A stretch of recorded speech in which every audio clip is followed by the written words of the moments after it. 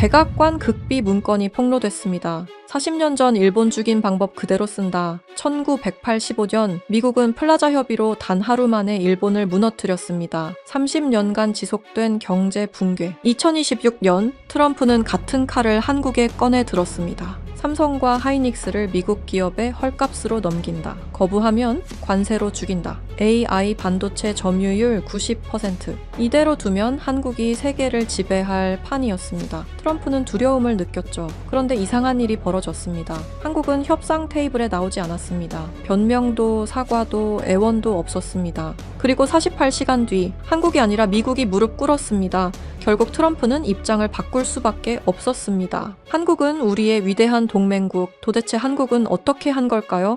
그 전율의 순간 지금 바로 공개합니다. 비가 내리는 오후입니다.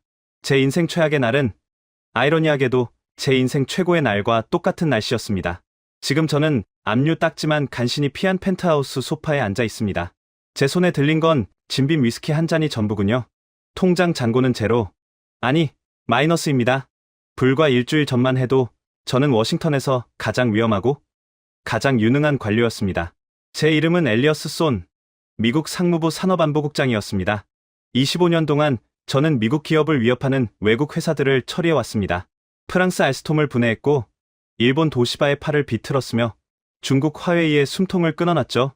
업계에서는 저를 실리콘밸리의 저승사자라고 불렀습니다. 저는 그 별명이 마음에 들었습니다.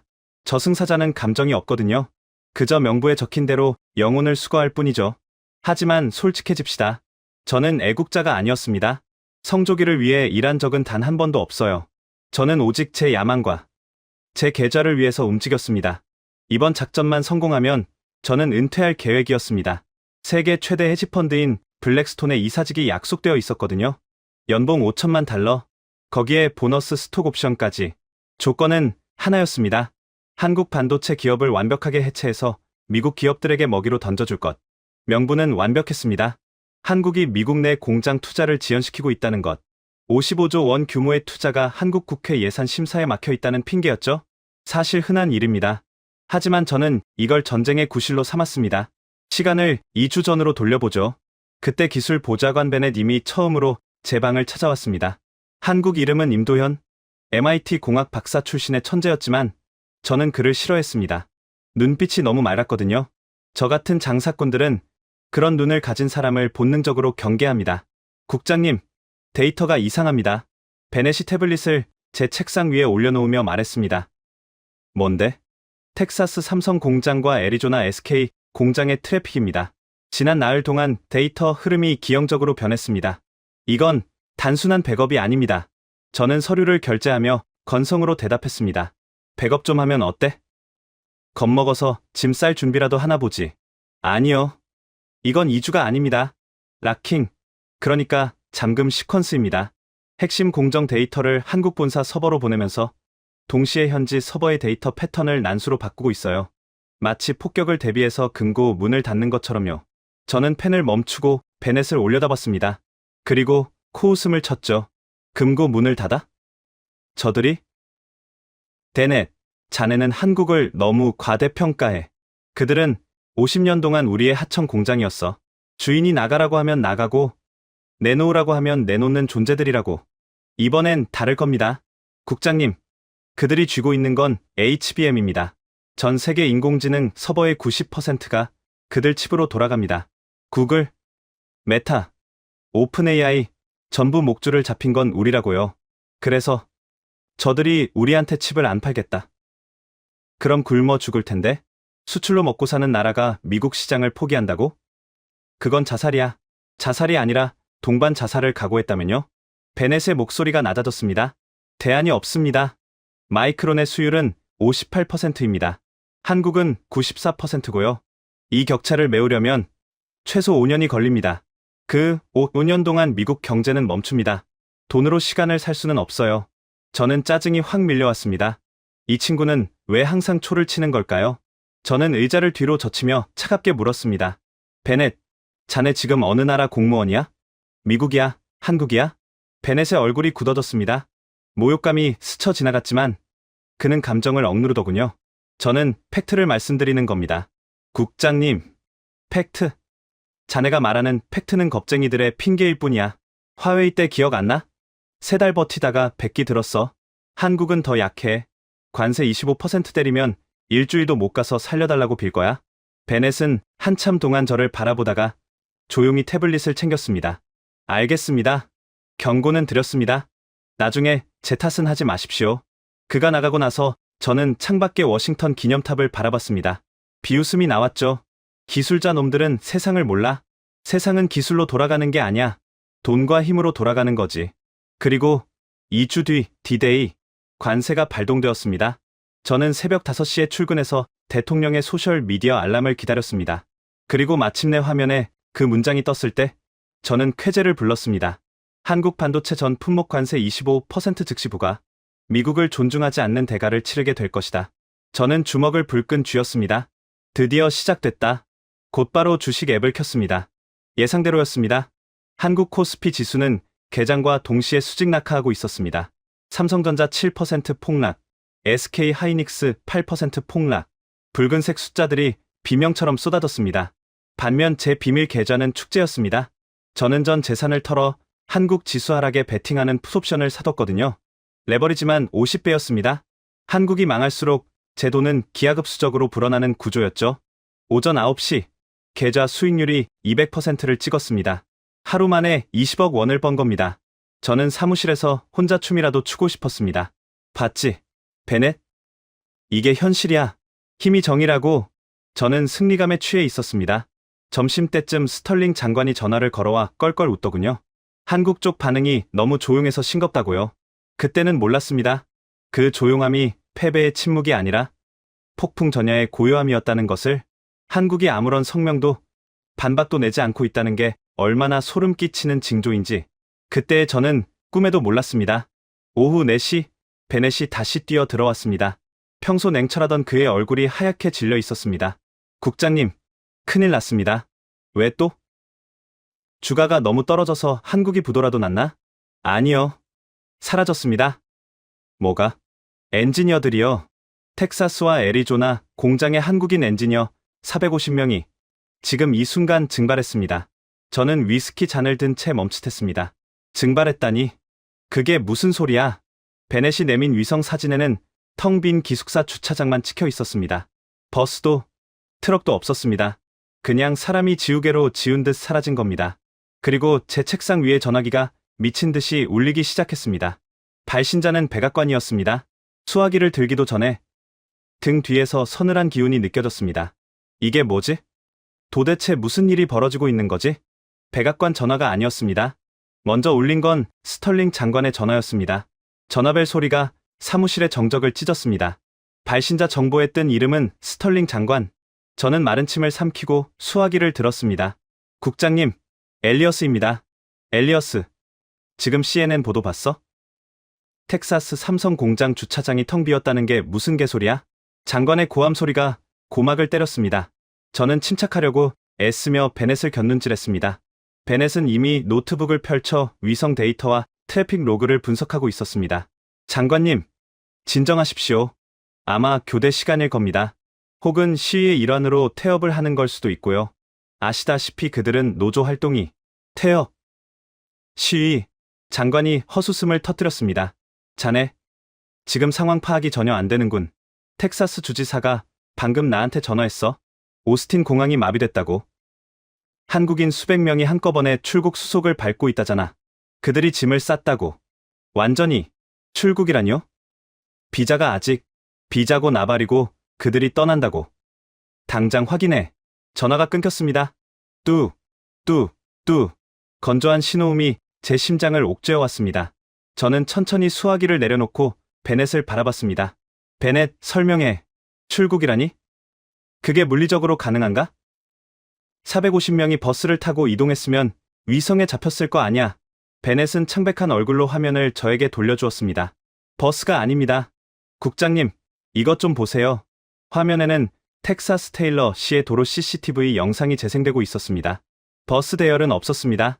대신 수백 대의 우버와 리프트 차량, 그리고 개인 승용차들이 개미 떼처럼 흩어지고 있었습니다. 그들은 조직적으로, 하지만 눈에 띄지 않게 개별 이동을 선택한 겁니다. 목적지는 모두 같았습니다. 오스틴 버그스트롬 국제공항, 고스트 프로토콜입니다. 베넷이 떨리는 목소리로 말했습니다. 유령처럼 흔적 없이 사라지는 철수 작전입니다. 이건 하루 이틀 만에 계획된 게 아닙니다. 최소 2주 전, 아니 국장님이 관세를 입에 올린 그 순간부터 준비된 겁니다. 베넷이 또 다른 영상을 띄웠습니다. 공장 내부 CCTV 기록이었습니다. 타임스탬프는 2주 전을 가리키고 있었습니다. 영상 속에는 야간 근무조 엔지니어들이 평소처럼 일하는 모습이 담겨 있었습니다. 클린룸 안에서 웨이퍼를 검사하고 데이터를 입력하고 동료와 농담을 주고받는 일상적인 풍경이었습니다. 하지만 베넷이 화면을 확대하자 저는 소름이 돋았습니다. 한 엔지니어가 작업대 서랍을 열고 있었습니다. 그 안에는 업무용 도구가 아니라 가족 사진이 들어 있었습니다. 그는 사진을 꺼내 작업복 안주머니에 넣었습니다. 그 동작이 너무나 자연스러워서 모르고 보면 그냥 물건을 정리하는 것처럼 보였습니다. 저기 보십시오. 베넷이 다른 구역을 가리켰습니다. 또 다른 엔지니어는 개인 노트북을 가방에 넣고 있었습니다. 회사 장비가 아니라 사적인 물건들만 골라서요. 옆에 있던 동료가 그를 보고 고개를 끄덕였습니다. 말은 한마디도 나누지 않았습니다. 그저 눈빛만 교환했을 뿐입니다. 저들은 이미 알고 있었습니다. 베넷의 목소리가 떨렸습니다. 관세가 발동되기 2주 전부터 단계적으로 철수 준비를 시작한 겁니다. 저는 화면을 멍하니 바라봤습니다. 영상이 일주일 전으로 넘어갔습니다. 점심시간이었습니다. 구내 식당에서 엔지니어들이 밥을 먹고 있었습니다. 평소와 다를 게 없어 보였습니다. 김치찌개를 떠먹고 라면을 후루룩 마시고 휴대폰을 들여다보는 일상이었습니다. 하지만 한 테이블에서 이상한 장면이 포착되었습니다. 선임 엔지니어로 보이는 중년 남성이 후배들에게 뭔가를 나눠주고 있었습니다. 작은 종이 쪽지였습니다. 후배들은 쪽지를 받아 한 번 읽고는 바로 입에 넣어 씹어 삼켰습니다. 마치 스파이 영화의 한 장면처럼요. 뭐야? 저게? 제가 물었습니다. 집결 시간과 장소입니다. 디지털 흔적을 남기지 않으려고 종이로 전달하고 읽은 즉시 폐기한 겁니다. 휴대폰 메시지나 이메일은 한 통도 없습니다. 미국 정보기관이 감청할 수 없도록요. 베넷이 또 다른 CCTV를 띄웠습니다. 퇴근 시간이었습니다. 엔지니어들이 하나둘 클린룸을 나서고 있었습니다. 한 젊은 엔지니어가 출입문 앞에서 멈췄습니다. 그는 뒤를 돌아 클린룸을 바라봤습니다. 수백억 원짜리 장비들이 형광등 아래서 차갑게 빛나고 있었습니다. 그의 눈가가 촉촉해 보였습니다. 옆에 있던 동료가 그의 어깨를 툭 쳤습니다. 가자. 입모양으로 그렇게 말하는 게 보였습니다. 젊은 엔지니어는 고개를 끄덕이고 돌아섰습니다. 하지만 마지막으로 장비를 향해 허리를 숙여 인사했습니다. 마치 오랜 친구에게 작별을 구하듯이요. 저 사람은 김태호 엔지니어입니다. 베넷이 말했습니다. 5년 전에 한국에서 파견 나왔습니다. 결혼도 미루고 휴가도 반납하면서 저 장비들을 세팅했습니다. 저에게 이런 말을 한 적이 있습니다. 이 기계들은 제 자식 같아요. 밤에 이상한 소리가 나면 잠이 안 와요. 그런 사람이 저렇게 등을 돌린 겁니다. 저는 아무 말도 할 수 없었습니다. 영상이 또 넘어갔습니다. 기숙사 복도였습니다. 밤 11시쯤으로 보였습니다. 엔지니어들이 각자 방에서 나오고 있었습니다. 손에는 작은 캐리어 하나씩만 들고 있었습니다. 5년, 10년 동안 쌓인 짐이 아니라 당장 급한 것만 챙긴 듯한 가벼운 짐이었습니다. 복도 끝에서 한 여성 엔지니어가 울고 있었습니다. 옆에 있던 동료가 그녀를 안아주었습니다. 왜 우는 거지? 제가 물었습니다. 박수진 연구원입니다. 이곳에서 미국인 남자친구를 만났습니다. 결혼 얘기까지 나왔다고 들었습니다. 베넷이 조용히 대답했습니다. 하지만 그녀는 떠나기로 선택했습니다. 개인의 행복보다 조직의 명령을 따른 겁니다. 저는 갑자기 화가 치밀었습니다. 미쳤어. 이게 말이 돼? 21세기에 무슨 북한 특수부대도 아니고 개인의 자유가 있잖아. 안 가겠다고 하면 그만이잖아. 국장님. 베넷이 저를 똑바로 쳐다봤습니다. 그들은 강요받은 게 아닙니다. 스스로 선택한 겁니다. 저도 한국계입니다. 부모님이 80년대에 이민 오셨죠. 저는 미국에서 태어났지만 어릴 때 들은 이야기가 있습니다. 아버지께서 그러셨어요. 우리 민족은 이상한 구석이 있다. 평소에는 제각각 싸우다가도 외부에서 밀어붙이면 똘똘 뭉친다고요. 베넷이 화면 속 엔지니어들을 가리켰습니다. 저들에게 이건 월급 문제가 아닙니다. 자존심 문제입니다. 미국이 너희는 우리 하청이니까 시키는 대로 해라고 말한 순간 저들의 스위치가 켜진 겁니다. 저는 머리를 감싸 쥐었습니다. 2주 전 베넷이 경고했던 바로 그 시점입니다. 그때 저는 비웃었죠. 짐 쌀 준비라도 하나 보지라고요. 그 농담이 현실이 되어 제 목을 조르고 있었습니다. 베넷이 마지막 영상을 띄웠습니다. 새벽 4시, 기숙사 주차장이었습니다. 엔지니어들이 335 모여 있었습니다. 아무도 말이 없었습니다. 그저 서로를 바라보며 고개만 끄덕일 뿐이었습니다. 그때 한 남자가 앞으로 나왔습니다. 하진우 전무였습니다. 그는 엔지니어들을 둘러보며 뭔가를 말했습니다. CCTV에는 음성이 녹음되지 않아 무슨 말인지 알 수 없었습니다. 하지만 그의 표정은 비장했습니다. 말이 끝나자 엔지니어들이 일제히 허리를 숙여 인사했습니다. 90도 인사였습니다. 미국에서는 볼 수 없는 한국식 존경의 인사였습니다. 그리고 그들은 흩어졌습니다. 우버를 타고, 리프트를 타고, 동료의 차에 올라타고, 한 명도 뒤를 돌아보지 않았습니다. 마치 오래전부터 정해진 각본대로 움직이는 것처럼 완벽하게 조용히 사라졌습니다. 이게 고스트 프로토콜입니다. 베넷이 화면을 끄며 말했습니다. 유령은 발자국을 남기지 않습니다. 그리고 유령은 원한을 품고 있습니다. 저들이 돌아올 때는 단순히 복귀하는 게 아닐 겁니다. 대가를 요구할 겁니다. 저는 창밖을 바라봤습니다. 워싱턴의 하늘이 먹구름으로 뒤덮여 있었습니다. 좋아. 떠났다고 치자. 인력이야 다시 채우면 돼. 마이크론 엔지니어들이 대기 중이잖아. 인텔에서도 차출하면 되고. 기계는 남아있잖아. 설비는 그대로지? 저는 지푸라기라도 잡는 심정으로 물었습니다. 네. 하드웨어는 그대로입니다. 그럼 됐어. 사람만 바뀌는 거야. 운전자가 바뀐다고 페라리가 굴러가지 않는 건 아니잖아. 국장님. 베넷이 저를 정면으로 응시했습니다. 그의 안경 너머 눈동자가 공포로 흔들리고 있었습니다. 문제는 하드웨어가 아닙니다. 데이터입니다. 지금 공장의 데이터 트래픽을 보십시오. 그가 띄운 두 번째 화면. 그곳에는 제가 살면서 한 번도 본 적 없는 그래프가 있었습니다. 일반적으로 반도체 공장의 데이터 그래프는 심전도처럼 요동칩니다. 수만 개의 센서가 온도, 습도, 가스 농도, 전력량을 실시간으로 주고받으니까요. 0.001초도 쉬지 않고 데이터가 흐르는 게 정상입니다. 그런데 화면 속 그래프는 바닥에 딱 붙어 있었습니다. 수치 0. 완벽한 직선. 죽음의 선이었습니다. 제로입니다. 데이터 전송량이 0이에요. 공장이 멈춘 게 아닙니다. 뇌사 상태에 빠진 겁니다. 뇌사? 그들이 떠나면서 메인 서버와의 연결을 끊었습니다. 단순히 전원을 끈 게 아닙니다. 로지컬 락, 논리적 잠금을 걸었어요. 지금 저 공장에 있는 55조 원어치 장비들은 거대한 고철 덩어리일 뿐입니다. 센서가 작동하지 않고 레시피가 전송되지 않아요. 해킹해. NSA 불러. 암호 따위 풀면 되잖아. 제가 소리를 질렀습니다. 그게 그렇게 간단하지 않습니다. 이 시스템은 그때 사무실 문이 벌컥 열렸습니다. 제 비서 제시카였습니다.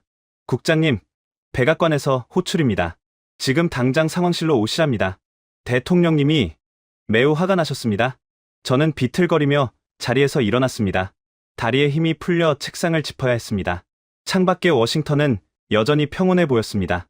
하지만 저 멀리 텍사스에서 거대한 침묵의 쓰나미가 몰려오고 있다는 걸 저는 직감했습니다. 백악관 지하 상황실, 벙커, 그곳의 공기는 납처럼 무거웠습니다. 스털링 장관은 넥타이를 풀어헤친 채 씩씩거리고 있었고 국방부 장관과 CIA 국장이 심각한 표정으로 모니터를 보고 있었습니다. 엘리어스 손. 대통령의 목소리는 낮고 차가웠습니다. 그는 저를 보지 않고 정면의 스크린만 응시하고 있었습니다. 스크린에는 텅 빈 삼성 공장의 정문이 비치고 있었죠. 자네가 장담했지. 한국은 절대 미국을 떠날 수 없다고. 짓기만 할 뿐 물지는 못한다고. 카카. 이건 일시적인 쇼입니다. 협상력을 높이려는 블러핑입니다. 저는 땀으로 젖은 손바닥을 바지에 문지르며 변명했습니다. 쇼? 저들이 지금 우리한테 쇼를 보여주려고 55조 원짜리 공장을 벌였단 말인가? 대통령이 천천히 고개를 돌려 저를 쏘아봤습니다. 지금 월가가 난리가 났어.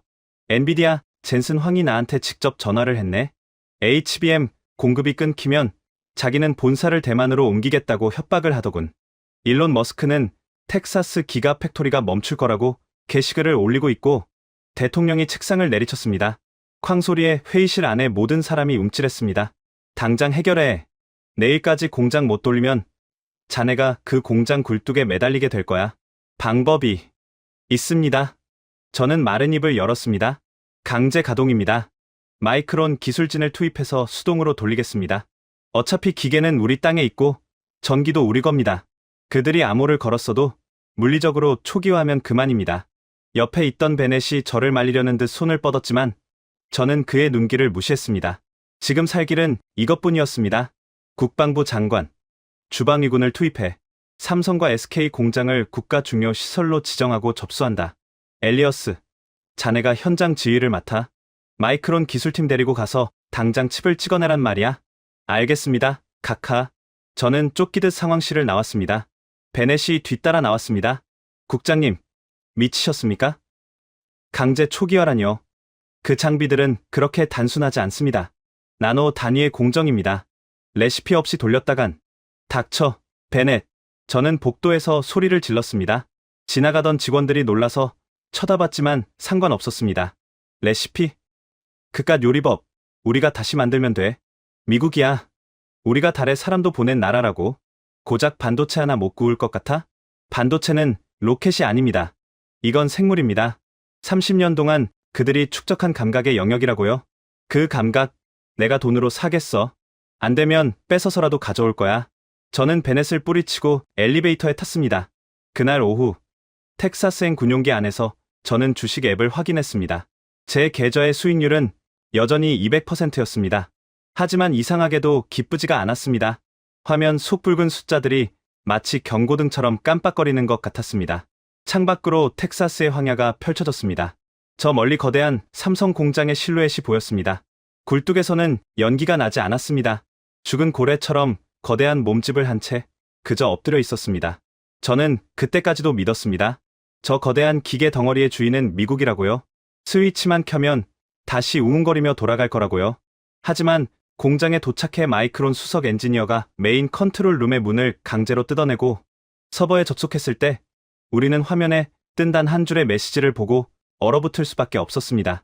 그것은 단순한 암호 입력창이 아니었습니다. 시스템 정지, 최고 관리자의 눈을 기다리는 중, 홍채 인식을 말하는 건가? 마이크론 엔지니어가 당황하며 키보드를 두드렸습니다. 아니요. 이건 단순한 홍채 인식이 아닙니다. 베넷이 뒤에서 중얼거렸습니다. 생체 신호가 결합된 실시간 인증입니다. 살아있는 사람의 눈, 그것도 특정인의 눈이 아니면 시스템이 물리적으로 타버리게 설계된 킬 스위치입니다. 저는 멍하니 화면을 바라봤습니다. 살아있는 눈이라고? 그때 제 주머니 속 휴대폰이 진동했습니다. 증권사 알림이었습니다. 마진 콜 경고, 담보 비율이 위험 수준에 도달했습니다. 무슨 소리야? 한국이 망하고 있는데 왜 내 담보가 부족해? 저는 떨리는 손으로 앱을 열었습니다. 그리고 제 눈을 의심했습니다. 나스닥 지수가 폭락하고 있었지만 제 풋옵션 계좌도 같이 녹아내리고 있었습니다. 변동성이 너무 커서 시장 자체가 거래를 거부하고 있었던 겁니다. 그리고 그 순간 공장 안의 비상등이 붉게 회전하기 시작했습니다.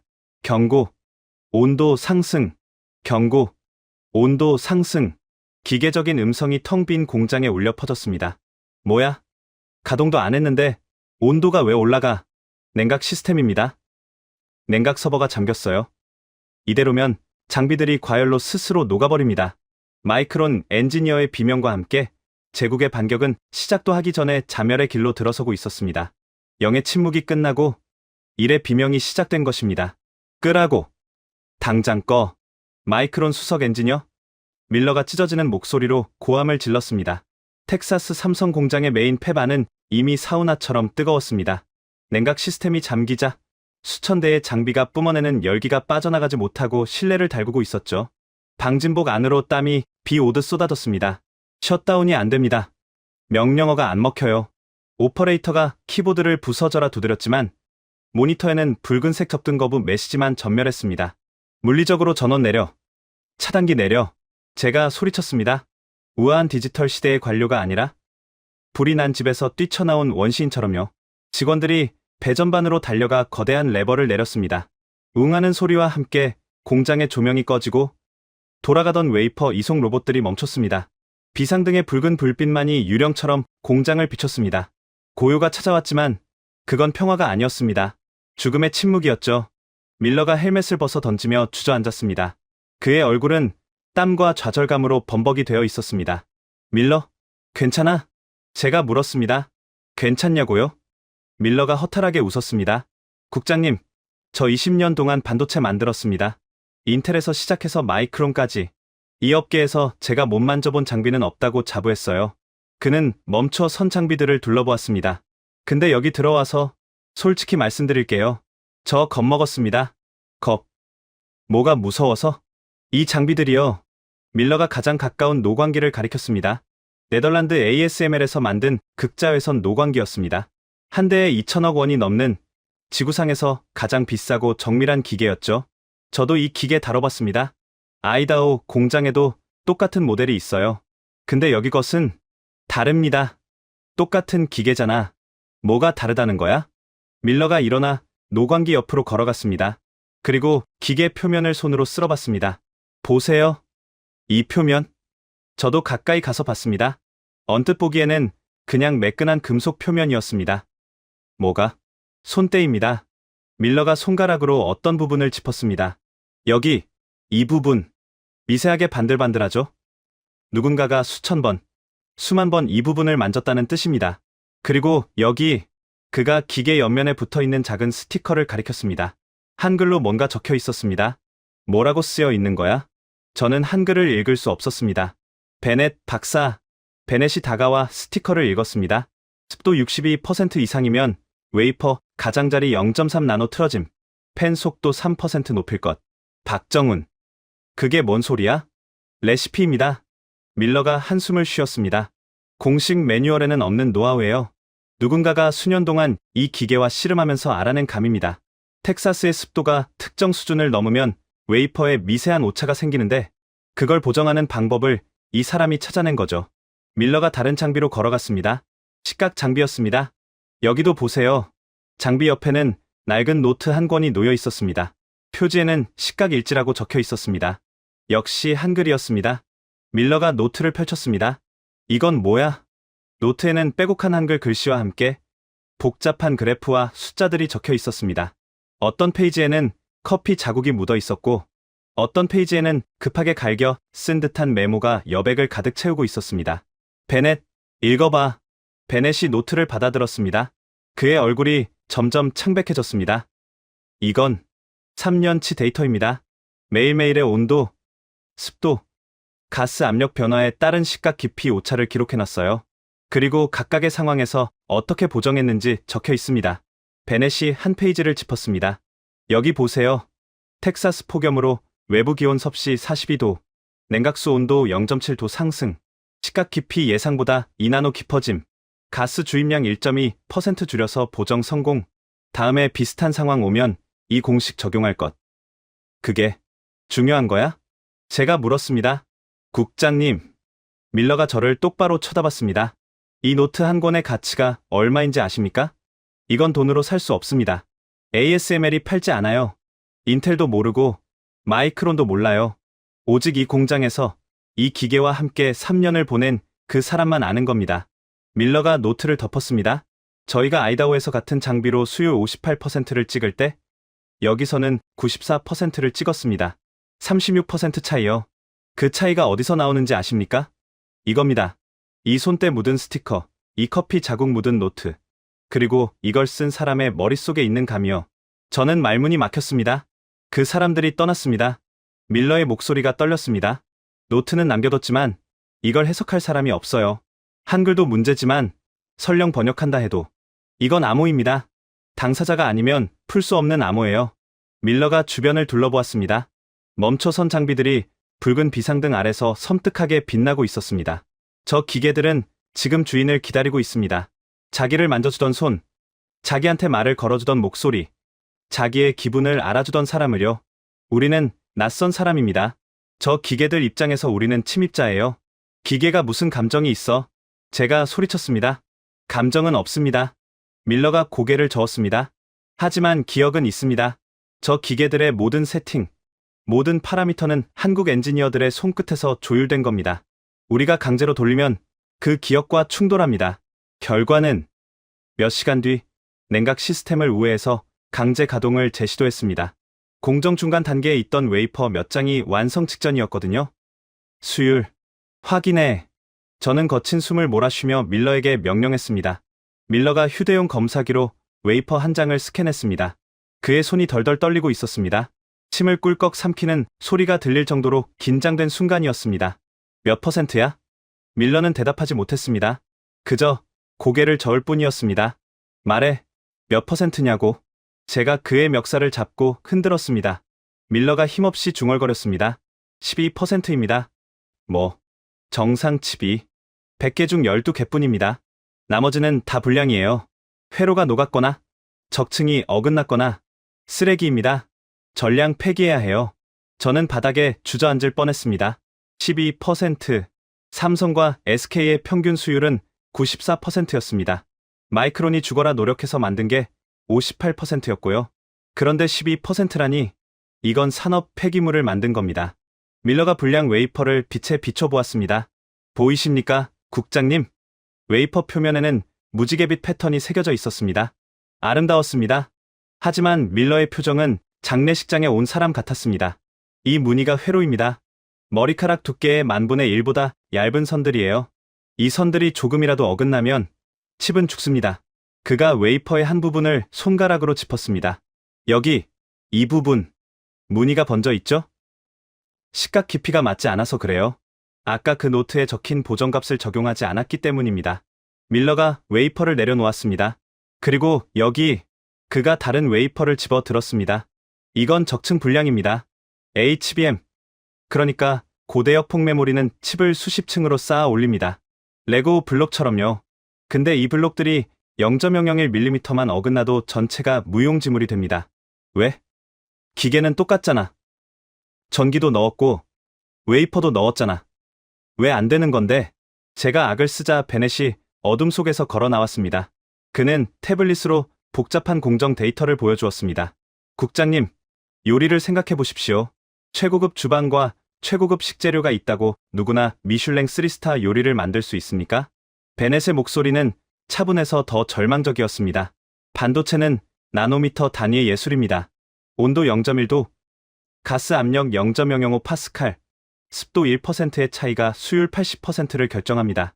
한국 엔지니어들은 이 황금 비율을 매뉴얼이 아니라 감각으로 알고 있습니다. 그 레시피가 담긴 데이터가 잠겼고 그걸 실행할 사람들은 떠났습니다. 베넷이 멈춰선 로봇 팔을 가리켰습니다. 우리는 지금 페라리 운전석에 앉은 초등학생일 뿐입니다. 시동은 걸 수 있어도 운전은 못합니다. 밀러가 바닥에 앉아 벽에 기대었습니다. 그의 눈에는 눈물이 고여 있었습니다. 아이다호에서 올 때 저희 팀원들이 그랬습니다. 한국 애들이 하는 거 우리가 못할 게 뭐 있어? 돈만 있으면 다 되지. 저도 그렇게 생각했습니다. 솔직히요. 밀러가 손에 들린 노트를 바라봤습니다. 근데 이 노트 보고 알겠더라고요. 이건 돈이 아닙니다. 시간입니다. 한 사람이 3년 동안 밤을 새워가며 이 기계와 대화한 결과물이에요. 그 3년을 돈으로 살 수 있습니까? 없습니다. 그 사람의 헌신을, 그 사람의 집념을, 그 사람의 자존심을 돈으로 살 수 있습니까? 밀러가 고개를 저었습니다. 없습니다. 절대로. 저는 아무 말도 할 수 없었습니다. 그때 제 주머니 속 위성 전화가 울렸습니다. 백악관이었습니다. 받기 싫었지만 받아야 했습니다. 엘리어스. 도대체 현장에서 뭘 하고 있는 거야? 대통령의 비서실장이었습니다. 지금 오리건 주 구글 데이터 센터가 셧다운됐어. HBM 냉각 제어 칩이 오작동을 일으켜서 서버 렉 200개가 타버렸다고. 유튜브, 지메일, 클라우드가 전면 마비야. 그게 무슨 소립니까? 재고 물량이 있을 텐데. 재고? 그놈의 재고는 실시간 업데이트가 안 되면 무용지물이야. 한국 칩들은 클라우드랑 실시간으로 연동돼서 최적화를 한다고. 근데 그 연결이 끊기니까 칩들이 과부하로 자폭하고 있어. 전화기 너머로 다급한 보고 소리가 들렸습니다. 실장님, 테슬라 자율주행 서버가 응답 없음 상태입니다. 지금 캘리포니아 고속도로 위에서 차들이 멈춰섰어요. 연쇄 추돌 사고가. 잠깐만. 방금 존스 홉킨스 병원에서 연락 왔습니다. 원격 수술 로봇이 수술 도중에 멈췄답니다.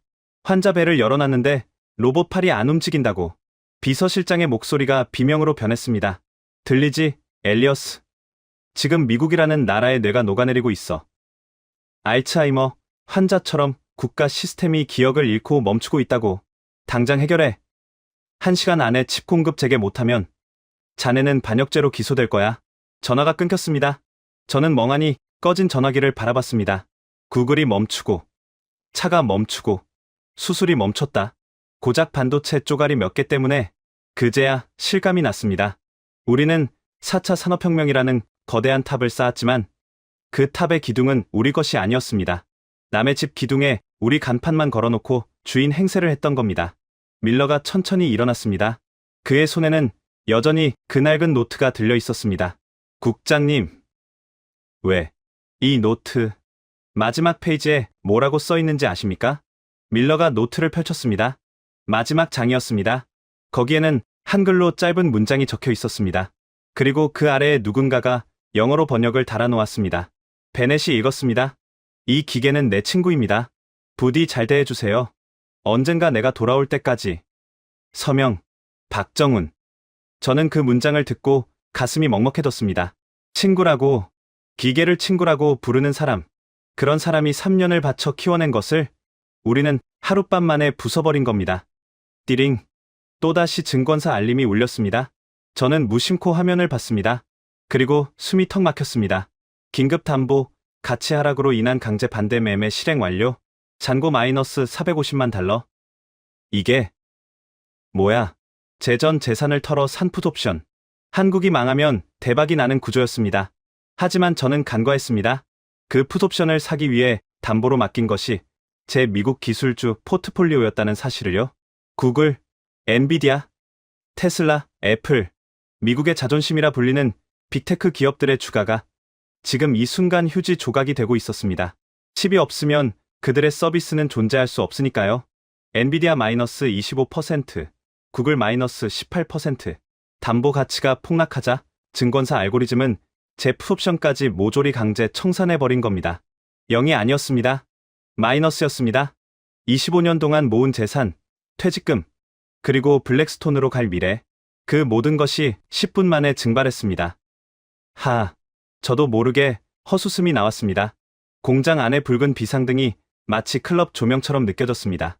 미친 짓이었으니까요. 저는 비틀거리며 공장 정문 쪽으로 걸어갔습니다. 국장님, 어디 가십니까? 베넷이 물었습니다. 찾아야 해. 누굴 말입니까? 눈을 가진 사람. 저는 텍사스의 뜨거운 밤 공기를 마시며 중얼거렸습니다. 이 빌어먹을 기계 덩어리를 멈추지 않게 할 유일한 인간? 그 사람을 찾아야 해. 베넷이 저를 가로막았습니다. 하진우 전무 말씀이십니까? 그분은 만나주지 않을 겁니다. 이미 한국 영사관 보호 아래. 아니. 저는 고개를 저었습니다. 그는 멀리 가지 않았어. 내가 아는 장인이라는 작자들은 자기 자식이 아파서 비명을 지르는데 도망가지 못해. 분명히 근처에 있을 거야. 이 공장이 죽어가는 소리를 듣고 있을 거라고. 저는 주머니에서 권총을 꺼냈습니다. 호신용으로 지급받은 베레타였습니다. 국장님, 무슨 짓입니까? 베넷, 주방위군 대령 불러. 병력 전부 집합시켜. 제 눈은 이미 이성을 잃고 있었습니다. 돈도 잃고, 명예도 잃고, 조국도 잃게 생긴 마당에 더 잃을 게 무엇이겠습니까? 강제로라도 문을 열게 하겠어. 그 누나를 뽑아서라도. 저는 공장 정문을 향해 뛰기 시작했습니다. 뒤에서 베넷이 뭐라고 소리쳤지만 들리지 않았습니다. 제 머릿속에는 오직 하나, 살아야 한다는 본능뿐이었습니다. 하지만 공장 정문에 도착했을 때 저는 제 예상이 반은 맞고 반은 틀렸다는 걸 알게 되었습니다. 그는 도망가지 않았습니다. 하지만 숨어 있지도 않았습니다. 어둠이 내려앉은 공장 정문 앞 수십 대의 험비와 무장 군인들이 포위한 그 한가운데 하얀 플라스틱 의자 하나가 놓여 있었습니다. 그리고 그 위에 한 남자가 앉아 있었습니다. 마치 소풍이라도 온 사람처럼 아주 편안한 자세로 말입니다. 저는 공장을 뛰쳐나와 주방위군 험비에 올라탔습니다. 한국 영사관으로 가. 운전병이 머뭇거렸습니다. 국장님, 영사관은 외교 공관입니다. 허가 없이는. 닥치고 밟아. 험비가 텍사스의 밤길을 질주했습니다. 사이렌을 울리며 신호를 무시하고 달렸습니다. 20분 만에 오스틴 시내의 한국 영사관 앞에 도착했습니다. 영사관 건물은 어둠 속에서 고요했습니다. 하지만 정문 앞에는 검은 양복을 입은 남자들이 서 있었습니다. 한국 국가정보원 요원들이었습니다. 하진우를 내놔. 저는 차에서 뛰어내리며 소리쳤습니다. 요원들은 미동도 하지 않았습니다. 그중 한 명이 앞으로 나섰습니다. 쏜 국장님이시군요. 그의 영어는 유창했습니다. 하진우 전무님은 이곳에 계시지 않습니다. 거짓말 마. 너희가 빼돌린 거잖아. 빼돌리다니요. 전무님은 자유의지로 움직이시는 분입니다. 우리는 그저 안전을 보장할 뿐이죠. 저는 권총을 빼들었습니다. 당장 안으로 들어가서 확인하겠다. 비켜. 요원이 피식 웃었습니다. 쏘시겠습니까? 외교관을? 그가 주머니에서 신분증을 꺼내 보여줬습니다. 저는 주 휴스턴 대한민국 총영사관 소속 외교관입니다. 저를 쏘는 순간 국제적 외교 사건이 됩니다. 미국이 동맹국 외교관에게 총을 겨눴다? CNN이 좋아하겠군요. 저는 이를 악물었습니다. 손이 부들부들 떨렸습니다. 어디 있어? 하진우가 어디 있냐고. 요원이 어깨를 으쓱했습니다. 글쎄요. 저희도 찾고 있습니다. 전무님은 우리 보호도 거부하셨거든요. 뭐? 전무님은 이렇게 말씀하셨습니다. 도망가면 지는 거다. 나는 내 공장 앞에서 기다리겠다라고요. 무슨 뜻인지는 모르겠지만 저는 멍하니 서 있었습니다. 내 공장 앞에서 기다리겠다. 그때 뒤에서 베넷이 달려왔습니다. 국장님, 기숙사입니다. 기숙사에서 뭔가 발견했답니다. 저는 다시 험비에 올라탔습니다. 기숙사는 공장에서 5분 거리에 있었습니다. 4층짜리 아파트 형태의 건물이었습니다. 한국 엔지니어 450명이 생활하던 곳이었죠. 건물 앞에는 이미 주방위군 병사들이 진입해 있었습니다. 뭘 찾았어? 대령에게 물었습니다. 직접 보시는 게 좋겠습니다. 1층부터 4층까지 모든 방이 텅 비어 있었습니다. 하지만 완전히 비어 있는 건 아니었습니다. 침대는 그대로였습니다. 옷장도 그대로였고 책상도 그대로였습니다. 마치 잠깐 외출한 사람처럼 생활의 흔적이 고스란히 남아 있었습니다. 저는 한 방에 들어갔습니다. 책상 위에는 가족 사진이 놓여 있었습니다. 젊은 남자와 여자, 그리고 어린아이가 웃고 있는 사진이었습니다. 이건 뭐지? 사진 옆에는 작은 메모지가 있었습니다. 한글로 적혀 있었습니다. 베넷, 읽어봐. 베넷이 메모를 집어 들었습니다. 여보, 미안해. 약속한 휴가 못 갈 것 같아. 대신 이번 일 끝나면 꼭 제주도 가자. 사랑해. 저는 다른 방으로 갔습니다. 이번에는 책상 위에 라면, 봉지가 수북이 쌓여 있었습니다. 신라면, 진라면, 삼양라면, 한국에서 공수해 온 것들이었습니다. 이 사람들, 여기서 뭘 먹고 살았던 거야? 옆에 있던 병사가 대답했습니다. 보고에 따르면 한국 엔지니어들은 구내식당 음식을 별로 안 좋아했답니다. 대부분 방에서 라면을 끓여 먹거나 한국 식료품점에서 재료를 사다가 직접 요리했다고 합니다. 저는 방 한쪽 구석을 봤습니다. 작은 전기밥솥이 있었습니다. 그 옆에는 고추장통과 김치통이 놓여 있었습니다. 5년 동안 이렇게 살았다고? 네. 일부는 10년 가까이 되는 사람도 있다고 들었습니다. 저는 묘한 감정이 들었습니다. 이 사람들은 왜 이렇게까지 했을까요? 월급 때문에? 아니, 월급만으로는 설명이 안 됩니다. 가족과 떨어져 살면서, 고향 음식을 그리워하면서, 라면으로 끼니를 때우면서, 그러면서도 10년을 버틴다고요? 3층으로 올라갔습니다. 복도 끝에 있는 방 문이 열려 있었습니다. 다른 방들과는 달리 이 방은 거의 비어 있었습니다. 여긴 하진우 전무의 방입니다. 저는 안으로 들어갔습니다. 방은 놀라울 정도로 검소했습니다. 침대 하나, 책상 하나, 옷장 하나, 그게 전부였습니다. 벽에는 사진 한 장도 없었고 장식품도 없었습니다. 책상 위에는 오래된 노트북 하나만 덩그러니 놓여 있었습니다. 그리고 그 옆에 작은 액자가 하나 있었습니다. 저는 액자를 집어 들었습니다. 흑백 사진이었습니다. 오래된 공장 앞에서 젊은 남자들이 줄지어 서 있는 사진이었습니다. 80년대 초반쯤으로 보였습니다. 모두 작업복을 입고 있었고 얼굴에는 기름때가 묻어 있었습니다. 사진 아래에는 작은 글씨가 적혀 있었습니다. 기흥 반도체 1 공장 준공. 우리는 해냈다. 베넷이 사진을 들여다봤습니다. 저기, 저 사람. 그가 사진 속 한 남자를 가리켰습니다. 맨 앞줄 가운데에 서 있는 젊은 남자였습니다. 눈빛이 날카롭고 턱이 각혔습니다. 하진우 전무입니다. 40여 년 전이네요. 당시 막 입사한 신입 엔지니어였을 겁니다. 저는 사진 속 젊은 하진우를 바라봤습니다. 그는 웃고 있지 않았습니다. 하지만 눈빛에는 불꽃이 타오르고 있었습니다. 그때 한국은 아직 가난한 나라였습니다. 일본과 미국이 반도체 시장을 지배하던 시절이었죠. 그때 저 젊은 남자는 무슨 생각을 하고 있었을까요? 이 사진만 남기고 갔군. 저는 중얼거렸습니다. 다른 건 다 두고 이것만 가져갈 수도 있었는데 왜 남겼을까? 베넷이 조용히 대답했습니다. 메시지 아닐까요? 나는 여기서 시작했다. 그리고 여기서 끝내겠다라는. 그때 무전기가 지직거렸습니다. 대령님, 정문입니다. 정문 앞에 누가 있습니다. 누구? 모르겠습니다. 의자에 앉아서 커피를 마시고 있습니다. 저는 액자를 내려놓고 계단을 뛰어 내려갔습니다. 험비를 타고 공장 정문으로 달렸습니다. 2분도 안 걸렸습니다. 그리고 저는 그 광경을 봤습니다. 차량 헤드라이트가 어둠을 갈랐습니다. 주방위군 험비 20여 대가 텍사스 삼성 공장 정문 앞에 도열했습니다. 엔진 소리가 으르렁거리며 붉은 흙먼지를 일으켰습니다. 수십 개의 헤드라이트가 한 곳을 비추고 있었습니다. 그곳에 그가 있었습니다. 하진우 전무. 그는 도망가지 않았습니다. 어둠 속에서 드러난 그의 모습은 제가 상상했던 것과는 너무나 달랐습니다. 그는 낡은 플라스틱 의자에 앉아 있었습니다. 편의점 앞에나 있을 법한 때가 타서 누르스름한 흰색 의자였습니다. 옷차림도 기가 찼습니다. 삼성 로고가 박힌 회색 작업복 점퍼에 무릎이 튀어나온 청바지, 운동화는 기름때로 얼룩덜룩했습니다.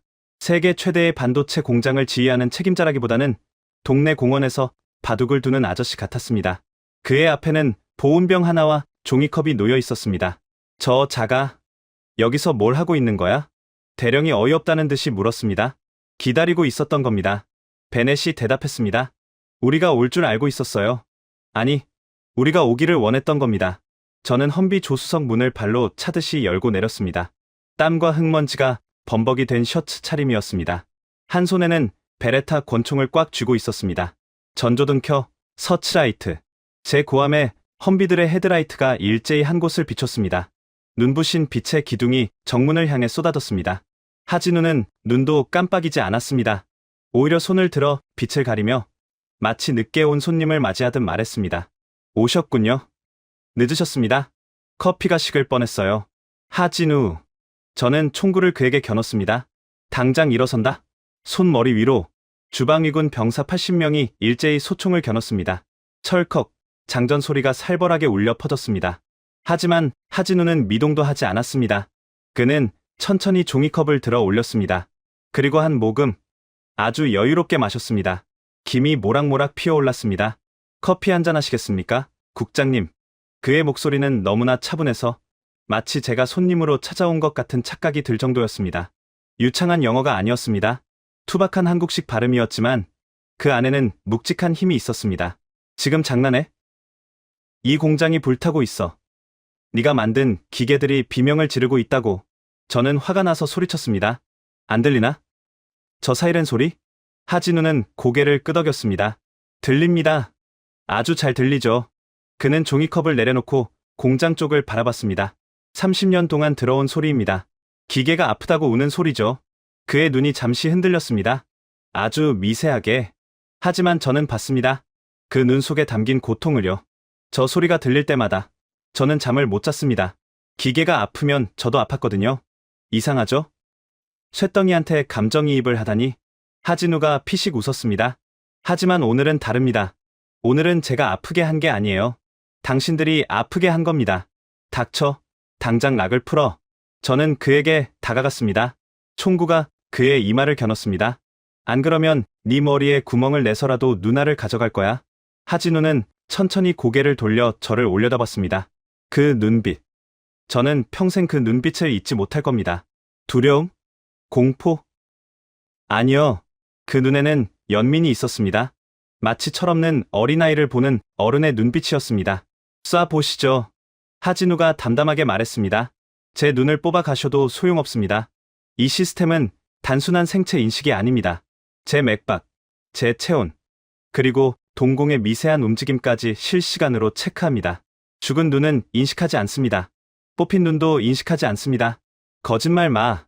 그리고 하나 더. 제가 죽거나 의식을 잃는 순간 공장의 모든 데이터는 영구 삭제됩니다. 복구가 아니라 소각입니다. 그는 주머니에서 스마트폰을 꺼내 화면을 보여주었습니다.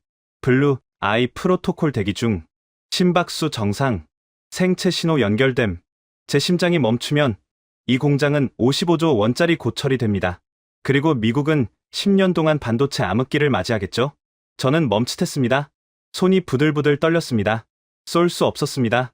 그를 죽이는 순간 제 인생도 미국의 미래도 끝장이니까요. 원하는 게 뭐야? 돈? 돈이라면 얼마든지 줄게. 블랙스톤 자금이라도 끌어와서. 돈. 하진우가 피식 웃었습니다. 비웃음이 아니었습니다. 씁쓸한 웃음이었습니다. 그는 다시 커피를 한 모금 마셨습니다. 달달한 믹스커피 향이 화약 냄새 진동하는 공기를 갈랐습니다. 국장님, 저기 보이는 공장 굴뚝이 몇 개인지 아십니까? 그딴 게 지금 중요해? 12개입니다. 제가 처음 이곳에 왔을 때는 허벌판이었습니다. 뱀이 나오고 코요테가 울어대는 황무지였죠. 하진우의 시선이 먼 곳을 향했습니다. 그 땅의 말뚝을 밟고 밤을 새워가며 공장을 지었습니다. 한국에서 온 엔지니어들이 라면을 끓여 먹으며 버텼습니다. 집에 못 간 지 3년이 넘은 직원도 있습니다. 아이가 태어나는 걸 영상 통화로만 본 직원도 있고요. 그의 목소리가 조금씩 떨렸습니다. 아까 기숙사 보셨죠? 저는 움찔했습니다. 라면 봉지 쌓여 있는 거, 전기밥솥 옆에 고추장 놓여 있는 거. 그게 우리 직원들의 5년입니다. 10년입니다. 가족과 떨어져서 고향 음식 그리워하면서 명절에도 못 가면서 그렇게 버틴 겁니다. 하진우가 저를 똑바로 쳐다봤습니다. 우리는 돈 때문에 일한 게 아닙니다. 자존심이었습니다. 일본이 못하고 미국이 포기한 기술을 우리가 해냈다는 자부심. 그거 하나로 버텼습니다. 그런데 당신들은 우리를 뭐라고 불렀습니까? 사청업체? 식민지? 돈 주면 꼬리 흔드는 게 우리가 투자했잖아. 세금 감면해주고 부지도 줬잖아. 건물은 당신들이 줬을지 몰라도 영혼은 우리가 불어넣었습니다. 하진우가 자리에서 일어났습니다. 이 공장의 주인은 자본이 아닙니다. 기술입니다. 그리고 그 기술은 사람에게서 나옵니다. 당신들이 무시하고 모욕하고 쫓아내려 했던 그 사람들 말입니다. 그때 주방위군 대령이 저에게 다가왔습니다. 국장님, 백악관입니다. 대통령님께서 직접 통화를 원하십니다. 저는 전화를 받았습니다.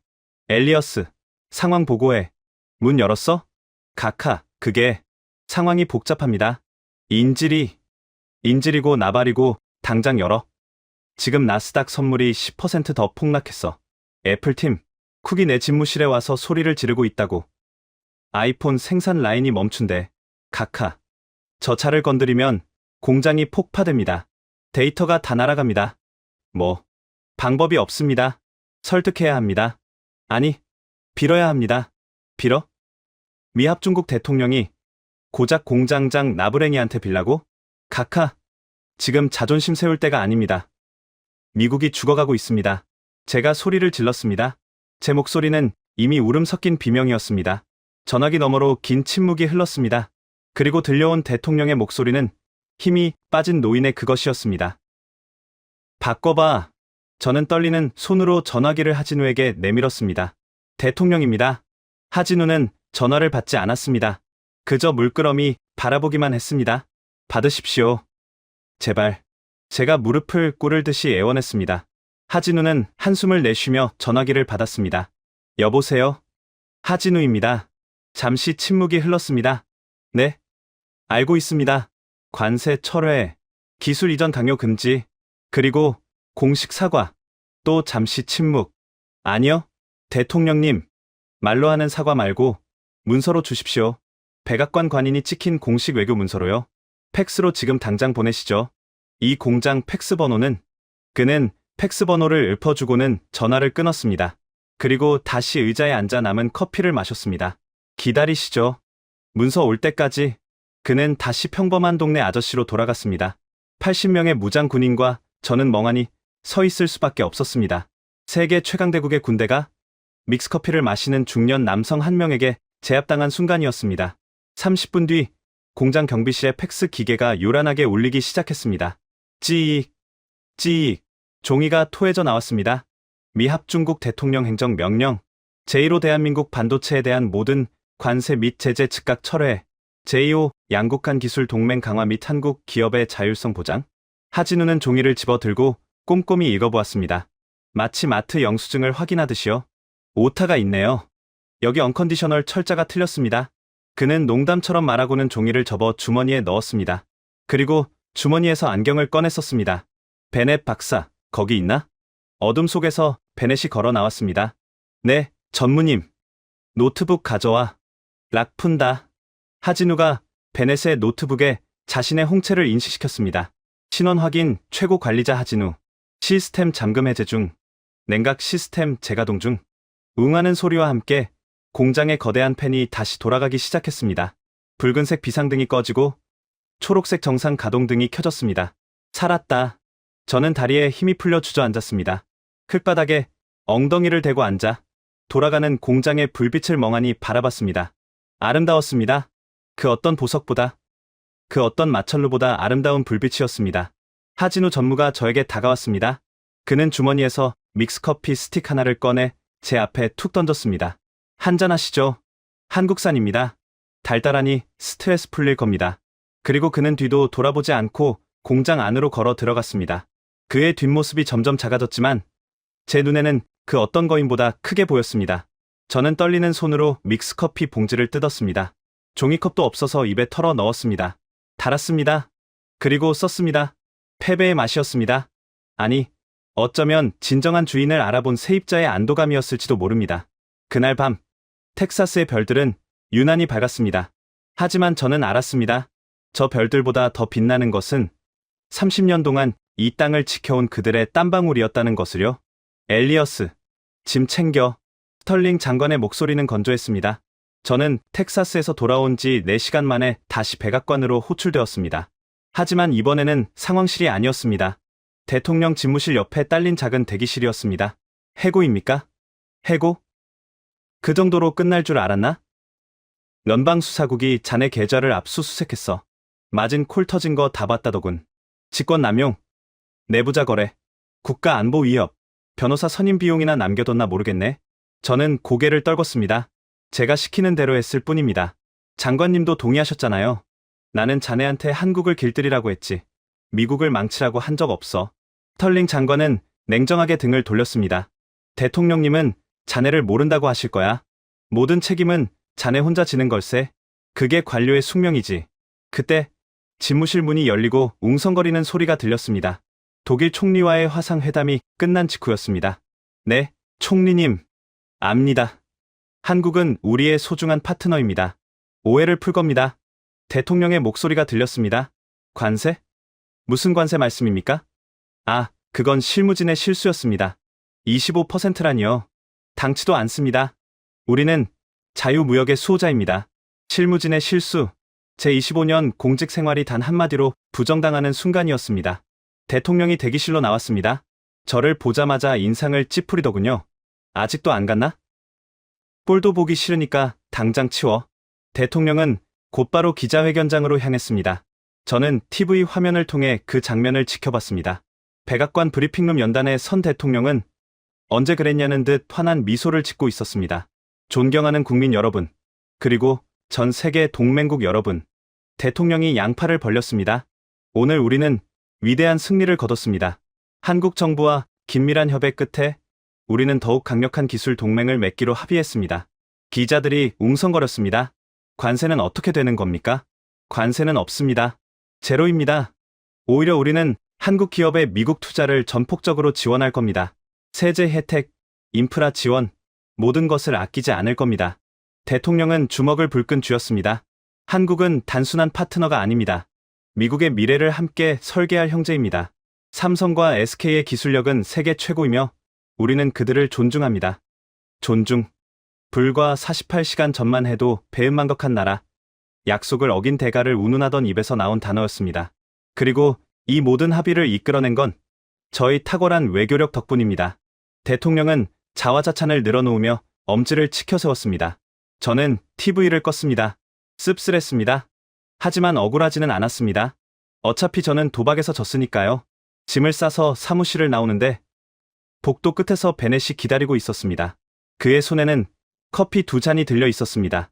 국장님, 이제 국장 아니야. 그냥 엘리어스라고 불러. 저는 짐 상자를 고쳐 들었습니다. 갈 곳은 있습니까? 글쎄, 펜트하우스는 압류당했고 계좌는 동결됐어. 아마 국선 변호사를 써야 할 거야. 베넷은 말없이 커피를 건넸습니다. 믹스커피였습니다. 하진우 전무님이 챙겨주신 겁니다. 국장님 드리라고요. 저는 헛웃음이 나왔습니다. 그 사람 참 뒤끝 없네. 전무님이 그러시더군요. 기술은 사람을 위해 존재하는 거라고. 사람을 죽이는 기술은 기술이 아니라 흉기라고요. 저는 커피를 한 모금 마셨습니다. 달았습니다. 그리고 따뜻했습니다. 베넷, 자네 말이 맞았어. 저는 창밖을 바라봤습니다. 워싱턴의 야경이 화려하게 빛나고 있었습니다. 우리는 저 불빛의 주인인 줄 알았지. 하지만 아니었어. 네. 우리는 세입자였어. 아주 오만하고 시끄러운 세입자. 저는 짐 상자 맨 위에 놓인 사진 액자를 바라봤습니다. 25년 전 제가 처음 공직에 들어왔을 때 찍은 사진이었습니다. 그때는 저도 순수했습니다. 세상을 바꾸겠다는 열정으로 가득 찼었죠. 어디서부터 잘못된 걸까요? 아마 돈이 눈을 가리기 시작했을 때부터였겠죠. 베넷, 자네는 남계, 저도 사표 썼습니다. 뭐, 기술 자문관은 제 적성이 아닌 것 같습니다. 저는 엔지니어니까요. 베넷이 웃었습니다. 한국으로 갈 겁니다. 삼성이나 SK에서 밑바닥부터 다시 배우고 싶습니다. 진짜 기술이 뭔지, 진짜 장인 정신이 뭔지요. 자네, 미쳤군. 네, 미쳤죠. 하지만 행복할 것 같습니다. 베넷은 제 어깨를 두드려주고 걸어갔습니다. 그의 뒷모습은 당당했습니다. 저는 혼자 남겨졌습니다. 청사 정문을 나서자 차가운 밤바람이 불어왔습니다. 주머니에서 동전 몇 개가 짤랑거렸습니다. 이게 제 전 재산이군요. 하지만 기분은 나쁘지 않았습니다. 어쩌면 진짜 제 인생은 이제부터 시작일지도 모른다는 생각이 들었습니다. 가진 것이 없어야 진짜 중요한 게 무엇인지 보인다고 하던가요? 저는 빈 종이컵을 쓰레기통에 버렸습니다. 그리고 뒤도 돌아보지 않고 어둠 속으로 걸어갔습니다. 제국은 건재합니다. 하지만 그 제국의 심장은 이제 다른 곳에서 뛰고 있습니다. 동아시아의 작은 반도, 대한민국에서 말입니다. 오늘 사연 어떻게 들으셨나요? 수율 94%, 세계 AI 서버 90%, 그리고 48시간. 미국 대통령이 백악관관인 찍힌 문서를 팩스로 보내야 했던 시간입니다. 우리는 세입자였어. 아주 오만하고 시끄러운 세입자. 미국 상무부 국장의 마지막 고백이었습니다. 아무도 안 믿어줄 때가 있었습니다. 라면으로 끼니를 때우며 가족과 떨어져 10년을 버틴 엔지니어들. 기계를 친구라 부르며 새벽까지 노트를 채워나간 사람들. 그들의 땀방울이 제국을 무릎 꿇렸습니다. 가슴이 뜨거워졌다면 자존심 3글자만 남겨주십시오. 이 영상을 공유하는 건 묵묵히 버텨온 그들에게 보내는 작은 경의입니다. 대한민국은 오늘도 조용히 세계의 심장을 뛰게 합니다.